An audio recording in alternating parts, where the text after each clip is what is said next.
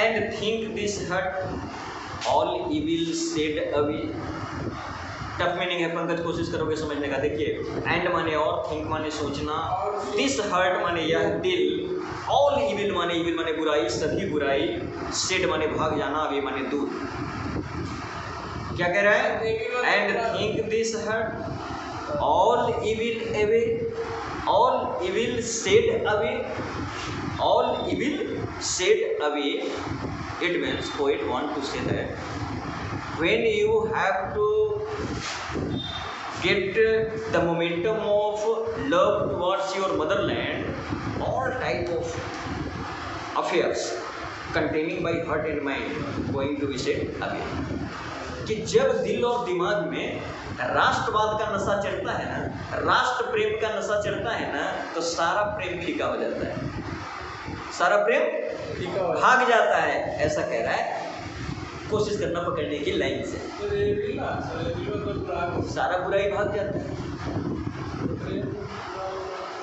ठीक है, हम पकड़ लेते हैं, देखो कैसे पकड़ना है। एंड थिंक जब सोचता हूँ, दिस हार्ट यह दिल जब सोचता है, किसके बारे में सोचता है?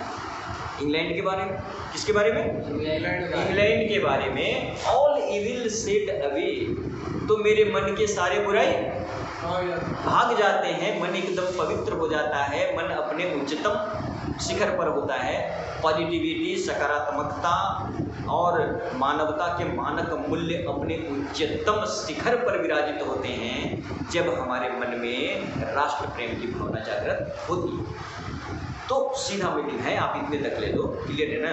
क्या कि कह रहा है सोल्जर कि राष्ट्र प्रेम का मन, जब राष्ट्र के बारे में मन में सोचता हूँ ना, तो सारी चीज़ें क्या है, फीकी पड़ने लगती है, सारी चीज़ें, बुरी चीज़ें गायब हो जाती हैं। बुरी चीज़ों का मतलब क्या कह रहा है कि जो अदर टाइप ऑफ लस्ट है, पैसा, पद, परिवार, हाँ, जिएंगे तो आओ जीवन में प्रतिष्ठा अर्जित करेंगे, ये सब का लोभ क्या है, इसको कह रहे हैं कि ये सारा चीज क्या है, अपने आप से डबे हो जाता है। क्लियर है? बात समझ रहे हो? क्या कह रहा है बाबू? लाइन पकड़ो Sunny. And think this heart all evil shed away, जब यह दिल सोचता है तो सारी बुराई भाग जाती है। अब बाकी अपने पूरा करिएगा ना, संदर्भ क्लियर है ना?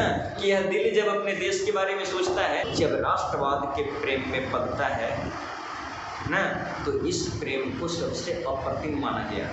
किसी भी प्रेमिका के प्रेम में या किसी भी पारिवारिक प्रेम के अन्य स्वरूप में वो गहराई नहीं है जो मानवता ने हासिल किया, प्रेम की गहराई राष्ट्रवाद के बलि वेदी पर। आप सोचो ये कैसा प्रेम था कि भगत सिंह को जब फांसी पड़ने के टाइम आते हैं तो उसका वजन 4 पाउंड बढ़ जाता है, मौत पर विजय प्राप्त कर चुका है। किस जुनून में? राष्ट्रवाद के प्रेम में, राष्ट्रवाद के प्रेम में। क्लियर है ना? चेहरे पर सिकन तक नहीं आई। तो हमने देखा है कि जब राष्ट्रवाद का प्रेम अपने परफेक्शन में होता है ना, तो बाकी सारी चीज़ें बिल्कुल फीकी हो जाती हैं। बाकी सारी चीज़ें, 23 साल की उम्र में भगत सिंह उत्तर भारत के हर घर में छा गए, हर घर में उनकी तस्वीर लग गई, समझ रहे ना? और बड़ी भावनात्मक रूप से समझने की बात कही कि आप अंदाज़ा लगाइए, ब्रिटिश रिकॉर्ड कहते हैं, जिनका मैनुअल कहता है कि उनका वजन कुछ दिन बढ़ गया।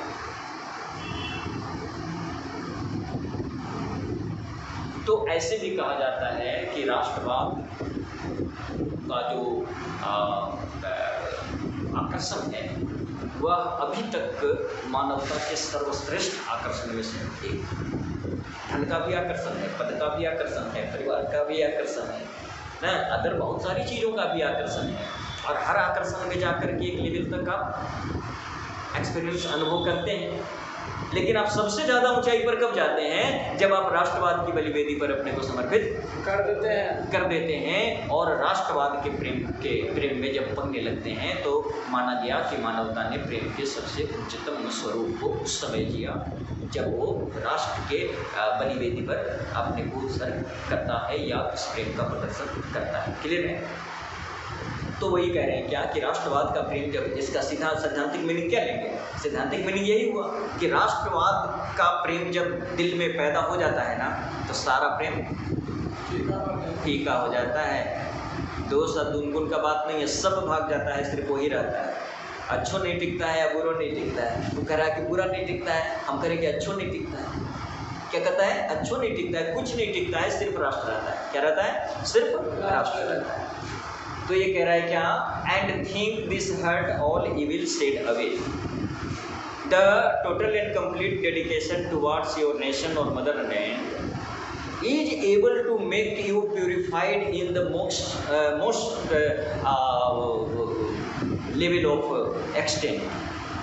जब आप राष्ट्रवाद के प्रति प्रेम का प्रदर्शन कर रहे होते हैं तब आपकी मन पवित्रता के उच्चतम भावनाओं को क्या है, आप जी रही होती है, और उस समय मन मस्तिष्क में कोई गलत चीज़ें, कोई नकारात्मक चीज़ें नहीं होती है। आपका उत्साह बहुत उम्दा किस्म का होता है, आप दूसरों के लिए बहुत ही बड़े एक पिलर ऑफ इंस्पिरेशन, प्रेरणा के बिंदु बन जाते हैं।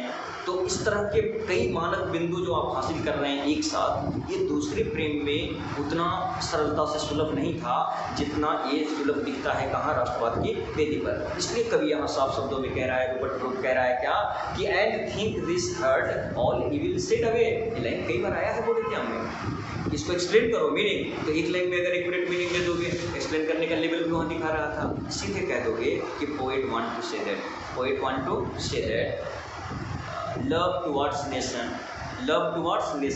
is the best form of dedication। Dedication का सबसे उच्चतम स्वरूप कहाँ दिखा है? राष्ट्र के प्रति। कहाँ दिखा है? राष्ट्र के प्रति। दूसरी तरह से भी प्रमाणित कर सकते हो। कैसे? कि दुनिया में सबसे बड़ी कुर्बानी कौन दिया गया? किसी हीर राजा के लिए, किसी धन के लिए, किसी प्रॉपर्टी के लिए, राष्ट्र के लिए। विश्व युद्ध किसके लिए हुआ? राष्ट्र के लिए। तो कह रहे हैं कि राष्ट्रवाद का प्रेम क्या है? जब मानव के मन पर चढ़ता है तो सारे अदर प्रेम क्या है? फीके पड़ जाते हैं। क्लियर? Yes sir. नेक्स्ट क्या है? Give somewhere back the thoughts why England given her sights and sounds. देख लो, एक वर्ड पकड़ लो। Her sights and sounds, dramas happy as her day and laughter learned of friends and gentleness। Clear? Other type of component that is going to be give contribution in the physical and mental growth of poet। तो different aspect वहाँ लाया ना, air, water, soil, सबको अलग अलग क्या है कृतज्ञता दे रहा है ना। वैसे ही यहाँ कुछ और दे रहा है अदर, अब मतलब कि सिंबॉलिक रिप्रेजेंटेशन कर रहा है इंग्लैंड के प्रति अपना डेडिकेशन के। अदर पिलर्स खड़े कर रहा है देश में कि इनसे भी हमको ये मिला, इनसे ये मिला, इनसे ये मिला, सबके प्रति मेरा मन आभारी है। क्लियर है ना? तो नेक्स्ट देखिए एग्जाम्पल क्या है? साइट्स। साइट्स का मतलब क्या हुआ? समझ लो कोस्टल एरिया, तटीय प्रदेशों में जो सुंदरता देखा था ना, कि वहाँ के साइट्स, नेचुरल सीन्स को से भी हमको क्या है? फ्रेशनेस मिलता था। उसके बाद क्या कह रहा है कि साउंड्स, वहाँ की म्यूजिक, समझ रहे ना, से भी मैं प्रेरित रहा। उसके बाद क्या है? ड्रीम्स, इंग्लैंड के ड्रीम्स। इंग्लैंड का एक सपना है कि पूरे वर्ल्ड में हम अपना क्या है? हेजेमनी क्रिएट करेंगे, या हम पूरे वर्ल्ड को सोफिस्टिकेटेड बनाएंगे। वो एक सपना है ना, जिस सपने के तहत वो फर्स्ट वर्ल्ड वॉर को फाइट कर रहा है। Yes sir. तो ये सपना इंग्लैंड का है, जो हमने भी देखा है, ये मेरा भी सपना है। तो कह रहा है कि इंग्लैंड के साइट से, इंग्लैंड के साउंड से, इंग्लैंड के विजन से टोटल एंड कंप्लीट मैं क्या हूँ? इंस्पायर्ड हूँ। तो मैं मरूंगा भी, समझ रहे हो ना? तो मेरी मौत के बाद जिस मिट्टी में मेरा शरीर मिलेगा वहां से खुशबू भी किसकी आएगी? इंग्लैंड की। तो यहाँ लाफ्टर मतलब समझ रहे हो? मतलब हंसने खेलने मजाक करने का मौका हमको किसने दिया? इंग्लैंड के दोस्तों। अरे बार बार अब सिर्फ दुहाई दे रहा है प्रेम का। आप इसी किसी वर्ड को आप अपने स्पेसिफिक सेंस में मीनिंग लेकर के और वहाँ कंपोज कर सकते हो। लाफ्टर माने कह रहा है कि दोस्तों के साथ हंसी मजाक करके कितना मजा आता है, कितना एंटरटेन किया है अपने को इंग्लैंड में, कितना फ्रेशनेस अनुभव किया है अपने को इंग्लैंड में। उसके बाद क्या है? लर्न ऑफ फ्रेंड्स, दोस्त का बात आ गया। एंड जेंटलनेस, इंग्लैंड के लोगों ने कितना सोफिस्टिकेटेड बिहेव किया है हमसे, कितना प्यार किया है हमसे, कितना मतलब कि हमसे वो बेहतर जेंटलमैन की तरह पेश आते रहे हैं। इन सब चीज़ों को मैं कभी भूलने वाला नहीं हूँ। और ये सारे प्रेम के भावनाओं को अपने मन और मस्तिष्क में धारण करते हुए मैं ये लड़ाई लड़ता हुआ इंग्लैंड के लिए सर्वोच्च बलिदान दूंगा। और जिस मिट्टी में मैं मिलूंगा वहाँ से सदा के लिए इंग्लैंड की खुशबू आएगी।